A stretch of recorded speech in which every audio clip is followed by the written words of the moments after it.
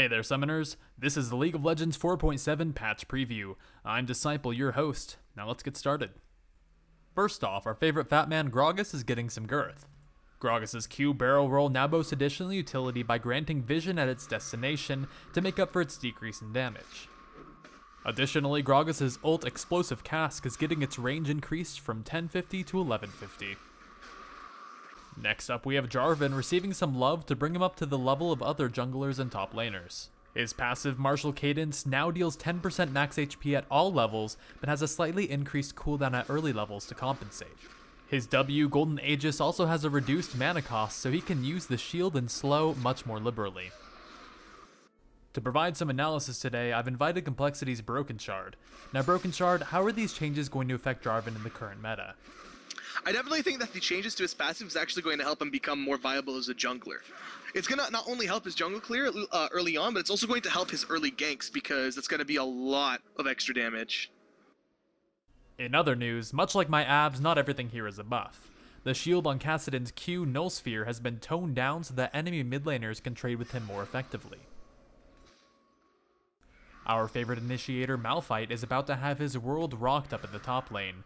His passive Granite Shield now has a lower recharge rate at higher levels, and his W Brutal Strikes now has 1 low mana cost. So Brokenshard, do you think these changes are going to bring Malphite into the top lane rotation? So I definitely think that Malphite has actually always been good, even before these changes, because of the way teleport is now. Because if Malphite laned against a top laner with Ignite, he had a little bit of like pressure on him, and he might have died because he normally don't run Ignite or have a lot of early kill pressure. Teleport and the new changes are going to definitely make Malphite very, very viable because he has a few matchups that he does very well in, and then a couple matchups that he can just farm safely. Khazix is being toned back a bit, so he has to choose when and where to properly engage.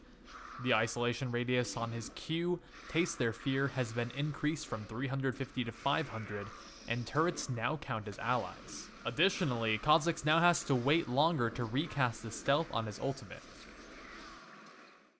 Finally getting some love in more than just our dreams, Misfortune is getting an AP ratio to her Q, double up. The first hit will be 0.35 and the second will be 0.5. Finally, we have some fairly major gameplay changes. The maim damage on Madred's Razors and Wriggle's Lantern have been decreased, but kills and assists now count towards the Feral Flare transformation. Feral Flare has lost some maim damage, the scaling heal on basic attack, and some attack damage and attack speed. So Brokenshard, how will these changes affect the frequency that we see the Feral Flare? I think only Nocturne is going to be a viable Feral Flare jungle, and even then it's going to be very situational. I definitely think that Lizard has its benefits over Feral Flare in some matchups and vice versa. That makes sense for competitive, but how about for solo queue junglers like Master Yi?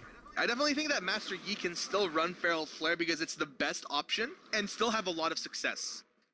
Last but not least, things are taking quite the turn on Summoner's Rift. Trinkets are now available at 30 seconds as opposed to 2 minutes. All turrets have Fortification, and Fortification now reduces 30 damage per auto attack, but only lasts up until 7 minutes. Additionally, Dragon is worth more global gold for the entire team. So Brokenshard, with these changes, what would you expect to see from a competitive level 1? Posting. Just 5-man posting and defensive on buffs.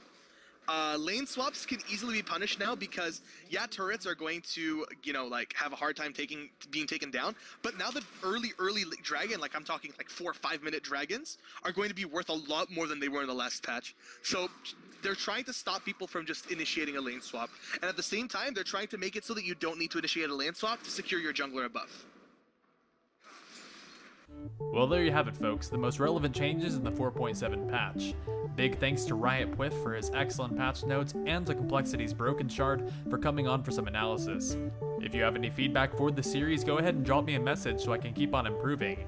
You can leave a like if you enjoyed the video, check out my other videos, or subscribe for more future content. Anyways, I've been Disciple, you've been watching, and have a great day.